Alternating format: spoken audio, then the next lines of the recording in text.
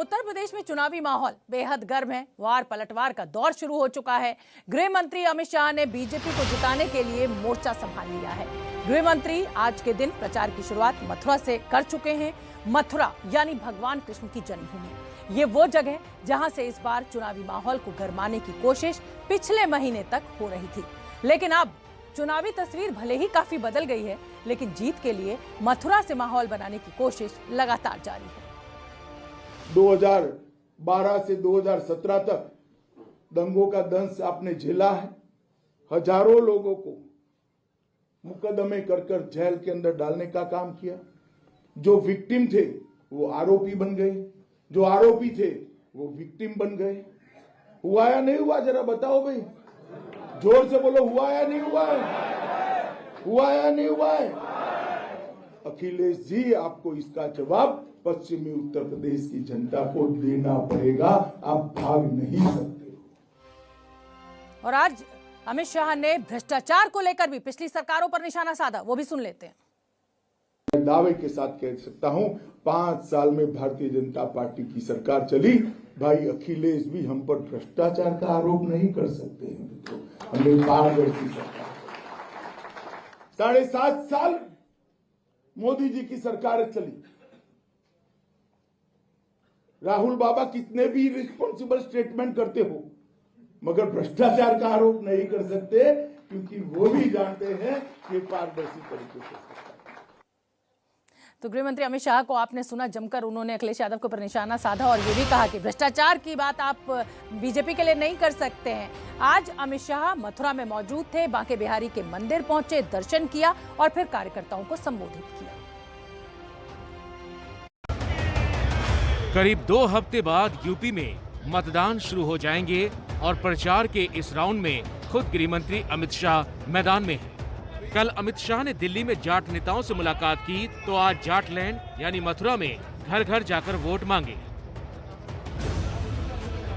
पश्चिमी यूपी का सियासी महत्व क्या है, इसकी गवाही है 136 सीटों का ये आंकड़ा, जो सूबे की सबसे बड़ी सियासी तस्वीर बनाती है।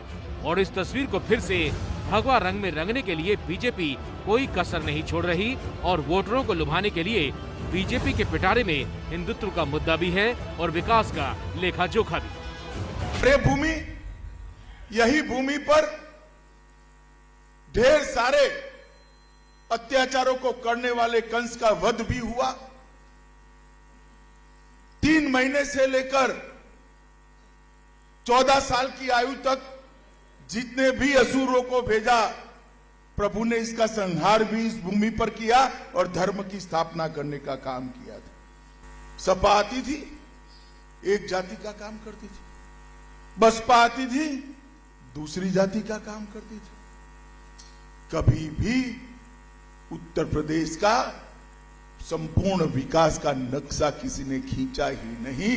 ये तो नरेंद्र मोदी जी के प्रधानमंत्री बनने के बाद, योगी आदित्यनाथ के मुख्यमंत्री बनने के बाद सबका साथ, सबका विश्वास और सबका विकास का सूत्र है। हिंदुत्व और विकास के साथ साथ अब जातीय समीकरण को साधने के लिए भी बीजेपी ने कमर कस ली है, क्योंकि पश्चिमी यूपी ही बीजेपी के लिए सबसे मुश्किल भरी पिच बताई जा रही है, जहां जातीय समीकरण बीजेपी की मुश्किलें बढ़ा भी सकता है। पूरे जो बेल्ट है, गन्ने की बेल्ट है, मिठास की बेल्ट है, ये कड़वाट की है ही नहीं। ये प्रयोगशाला नहीं बननी अब का मुजफ्फरनगर, न ये पश्चिम उत्तर प्रदेश बनना, न ये देश बनना। उस प्रयोगशाला से बाहर निकलना पड़ेगा, इनको कोई दूसरा ट्रायल करना पड़ेगा। किसान आंदोलन का सबसे ज्यादा असर इसी क्षेत्र में रहा और माना जा रहा है कि जाट और मुसलमानों की तलखी को भी इस आंदोलन ने कुंद्र कर दिया। जाट और मुसलमानों के इसी समीकरण को भुनाने अखिलेश यादव और जयंत चौधरी भी साथ आ चुके हैं, जो बीजेपी के गणित को बिगाड़ सकते हैं। समझिए कैसे। पश्चिमी यूपी में करीब 27% मुसलमान वोटर हैं और करीब 17% जाट वोट, और पश्चिमी यूपी में इस वोट को खोने का डर बीजेपी को भी सता रहा है। इसी बात को बीजेपी भी महसूस कर रही है। उसकी गवाही देती है कल की ये तस्वीर, जब गृह मंत्री अमित शाह दिल्ली में सांसद प्रवेश वर्मा के घर पहुंचे, जहां उन्होंने यूपी के जाट समुदाय के लोगों से बात की और साथ ही हर समस्या का समाधान करने का भरोसा दिया।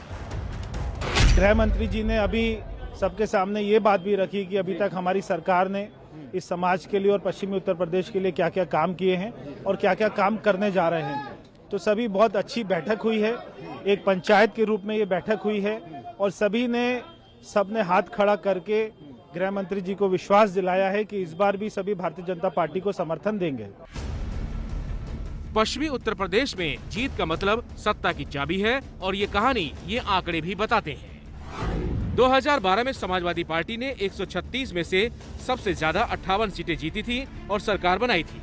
2017 में बीजेपी ने 136 में से 109 यानी करीब 80% सीट जीती थी और सरकार बनाई। 2014 और 2009 के लोकसभा चुनाव में भी जाट बीजेपी के साथ रहे।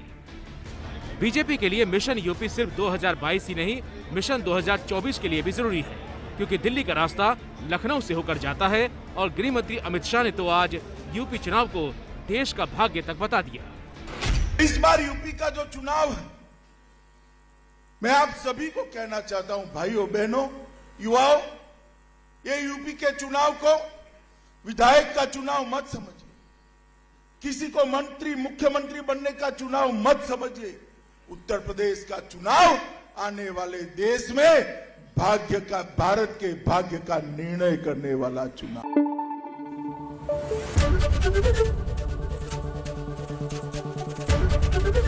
एबीपी न्यूज आपको रखे आगे।